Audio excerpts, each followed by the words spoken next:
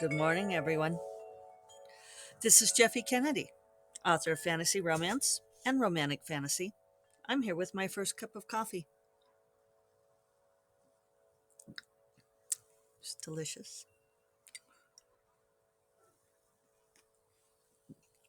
Hmm. Today is Tuesday, September 14th. Beautiful autumnal weather here in Santa Fe. Just gorgeous. Can't ask for better. It's funny because I said something to my husband David the other day um, I said autumnal. And he says, I don't know what autumnal means. And I'm laughing at me because uh, I know I use words that people don't know, but people don't always fess up to it. But he was like, I don't know what autumnal means. And I said, well, it's like autumn. Yeah, autumn, autumnal. He was like, oh. So now I thought I better say so on here because I thought, well, I keep talking about the autumnal weather and maybe you guys don't know what I mean. See my cute new jacket? My mom got me this kind of for my birthday, kind of a birthday present. But also, it's really nice weight, nice and light, soft, cute. Uh, I had lent her my most favorite black sweater that I have had for umpty million years when we were in San Diego and went out to dinner, and she needed something for her little arms, as my grandmother would say. And we think it got left at the restaurant. It disappeared. I asked her. I said, "Do you have my black sweater?" And she was she was like, "What black sweater?" Like, "Oh no!" And we checked back for it several times, but somebody scored themselves a nice black sweater. I think our waitress was not amazing, and we ended up not tipping her very well because she ignored us for long periods of time. So she may have taken a sweater to compensate. I was trying to think of what I think it was. I think it's Ann Taylor. I have another sweater like it, but in beige. But that particular sweater I probably had for, God, I hate to admit some of these things. I mean, like 20 years, maybe? Well before we moved to Santa Fe. So somewhere around maybe 15 years, something like that. I don't know. It looks so 2012 to me. That should be our hashtag. We could just do so 2012 on the hashtag so 2012.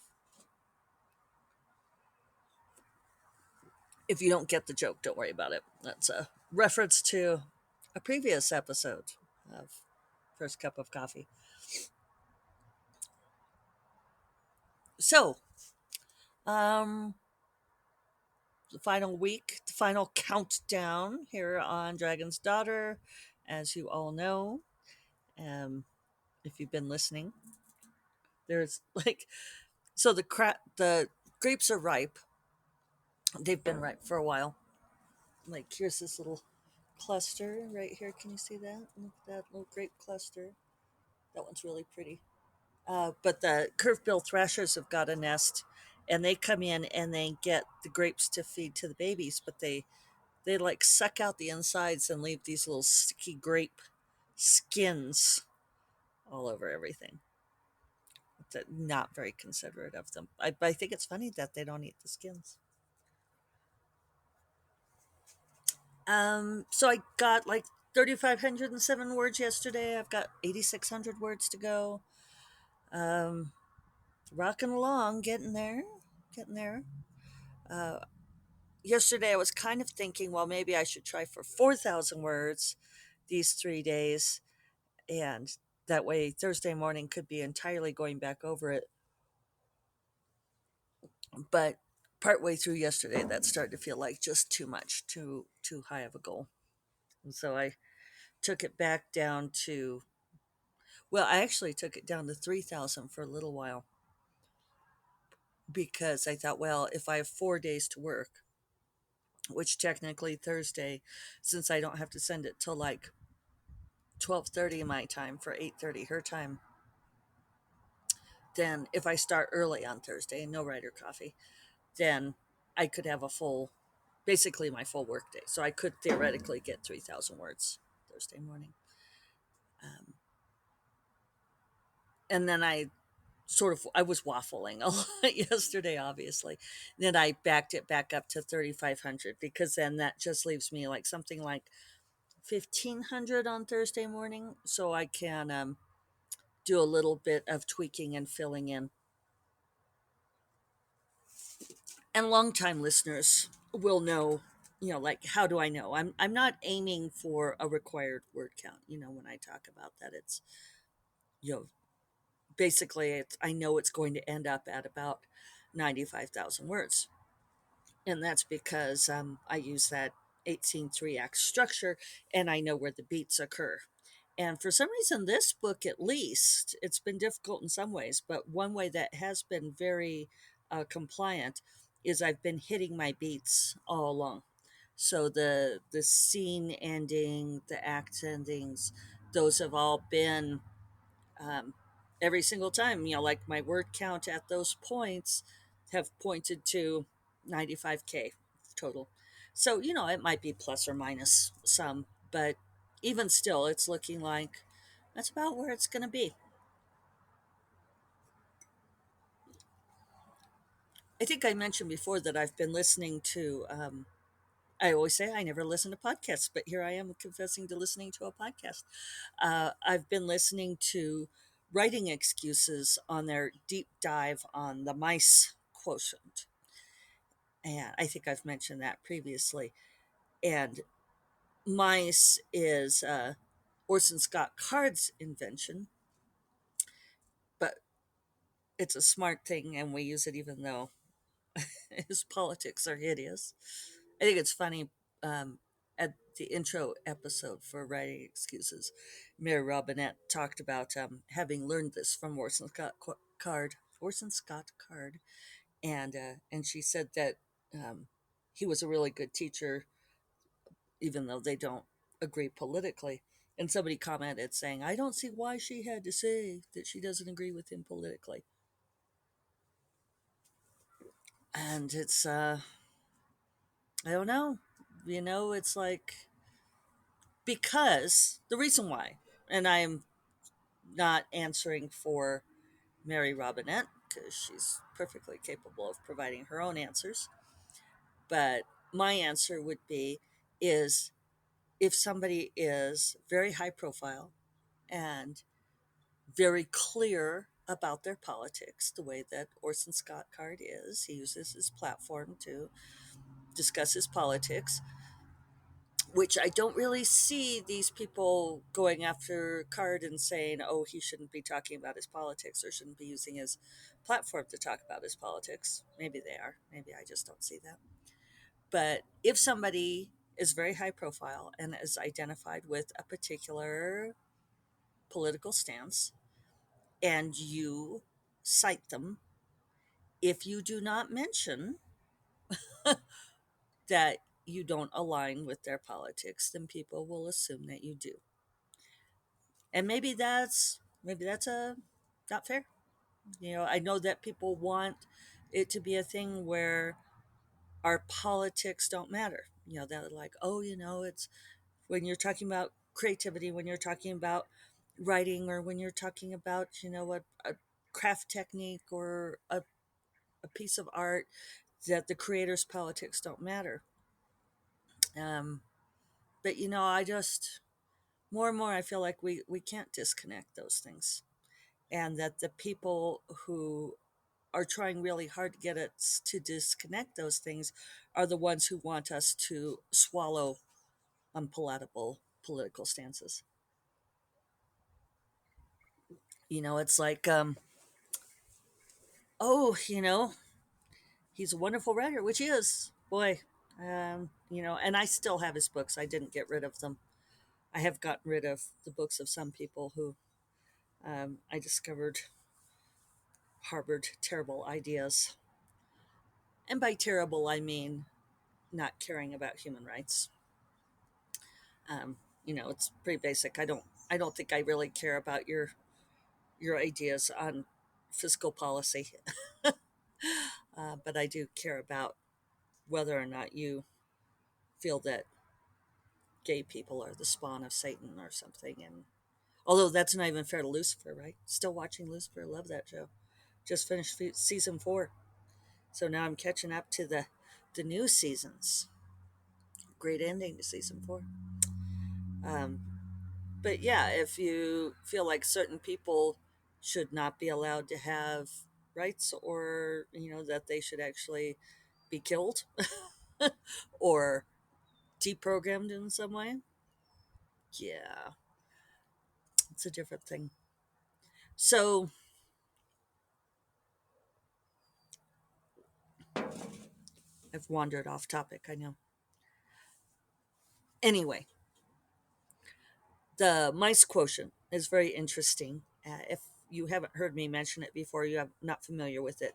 Mice stands for milieu, inquiry, character, event. And there are ways of looking. It's a different approach to storytelling and to structure, and it's been interesting for me to explore personally. But milieu, which I thought was funny because Mary Robinette described it as a fancy French word for saying place, um, which I think works works as a definition for people who don't know that particular word. But in some ways, I disagree. And she said it was to serve the acronym, right? Because pice doesn't sound as good as mice, um, or setting size. I think setting is actually more close to the definition of milieu than place. Uh, Milieu can be many things. It means like it, it's like the time period, and uh, whether or not like there's magic or tech or any of these things. Milieu is kind of the world in a way. And I understand why they want to focus it down to place, because one of the things about this structure, and like all structures, this has its limitations, right? It it works in some ways, it doesn't work for all. I think often of when I was in graduate school, one of my professors said, when you have a really good hammer, everything looks like a nail. And I know that was not original to him, but he was the first person who said it to me. And it's a really good point, because when you come up with a great tool, you tend to want to use it for everything. But the thing is hammers are really great for certain tasks. They're not so great for other tasks. So one way of looking at mice, and I found it useful as a lens, is like you enter milieu, and then you enter inquiry, you enter character, you enter event.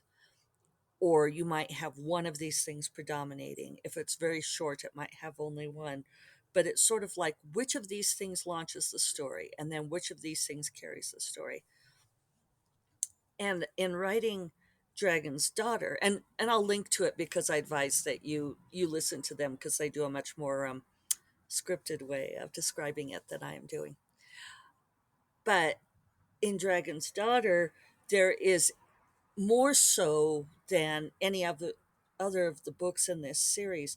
There's a very definite moment of entering the milieu, uh, that there is a literal portal of entering the milieu, and a lot of the story takes place within that, and then exiting the milieu.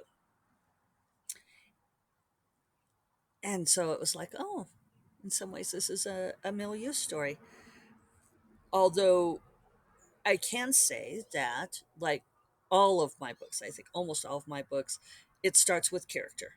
Um, Character is, you start out with somebody who is dissatisfied with their life, and at the end, they are satisfied with their life. And that's probably what makes my books feel like predominantly romance, because romance is very much about character and changing your life. So, Dragon's Daughter absolutely opens with character. Uh, there's, and then I would say, then it presents inquiry. It's ongoing inquiry. That's sort of the series arc. So in some ways, we could maybe, if we're talking about the nesting, we could say that book one, Golden Griffin and the Bear Prince, initiates the inquiry, and the inquiry will be finished at the end. Um, that's one way of looking at it.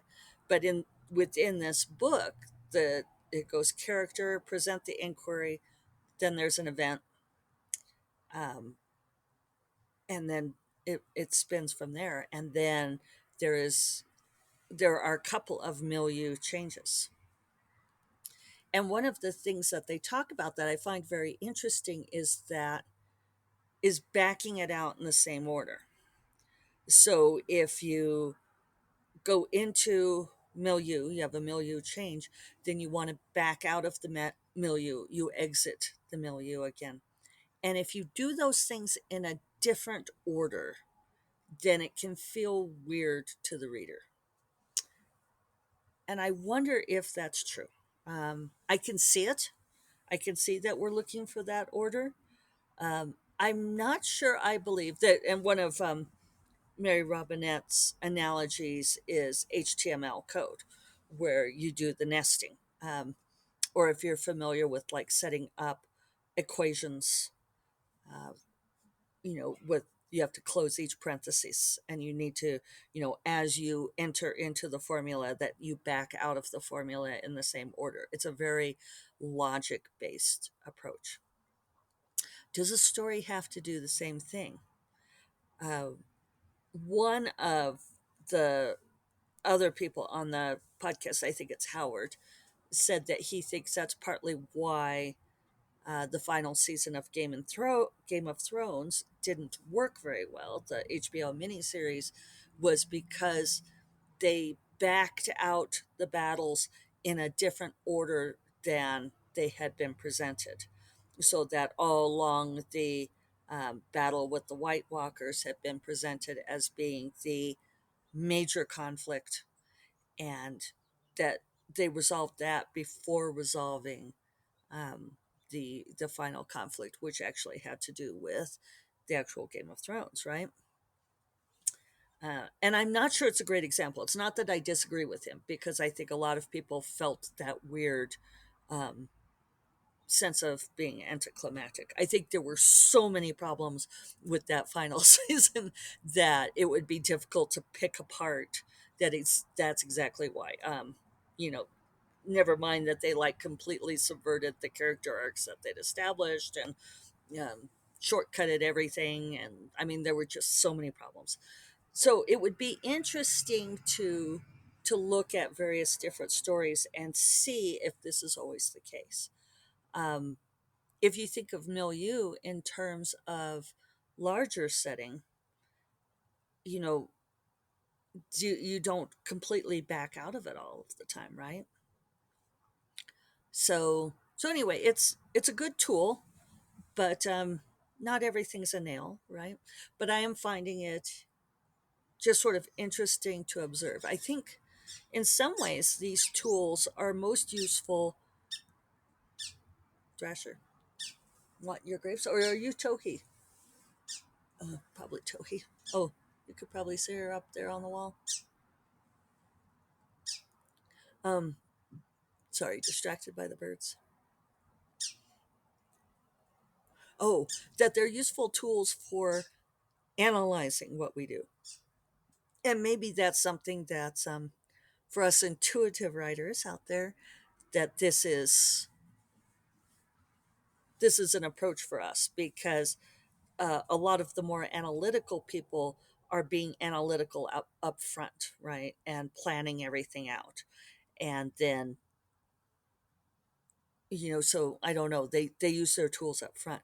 Whereas if you're an intuitive writer, you're kind of spinning the story, and then you can use these tools to evaluate what you have so far, which is kind of how I use that 8 scene 3 act structure. I keep track of the word count and I see where the beats are falling out, and that enables me to predict where the story, uh, like how long it will take me. Uh, it would be miserable for me at this point to be knowing I needed to send this to my editor in 2 days and not know how much more I had yet to write. Um, but I do kind of know at this point, and I guess this is one way of looking at the nesting, is that I always think of it in terms of a tapestry, like you have your threads that you weave and everything. And at this point in the book, with, I'm right at the act 3 climax, I'm finishing that out. And then it's a matter of tying up the threads. It's, bringing them all in so that you get a nice border at the end. And the mice analytical approach with the nesting is another way of analyzing that. It's like, have I backed out everything that I entered into? And so, yeah, I could see how that would be helpful. All right. On that note, I will remind you all that First Cup of Coffee is part of the Frolic Media Podcast Network, which makes me verklempt. I don't know why I choked up there. You will find more podcasts that you love at frolic.media/podcasts. And I will talk to you all on Thursday. Thursday, unless I'm like in total panic meltdown mode. We shall see. Uh, Hopefully not. Hopefully it'll be in good shape. All right. You all have a wonderful Tuesday, and take care. Bye bye.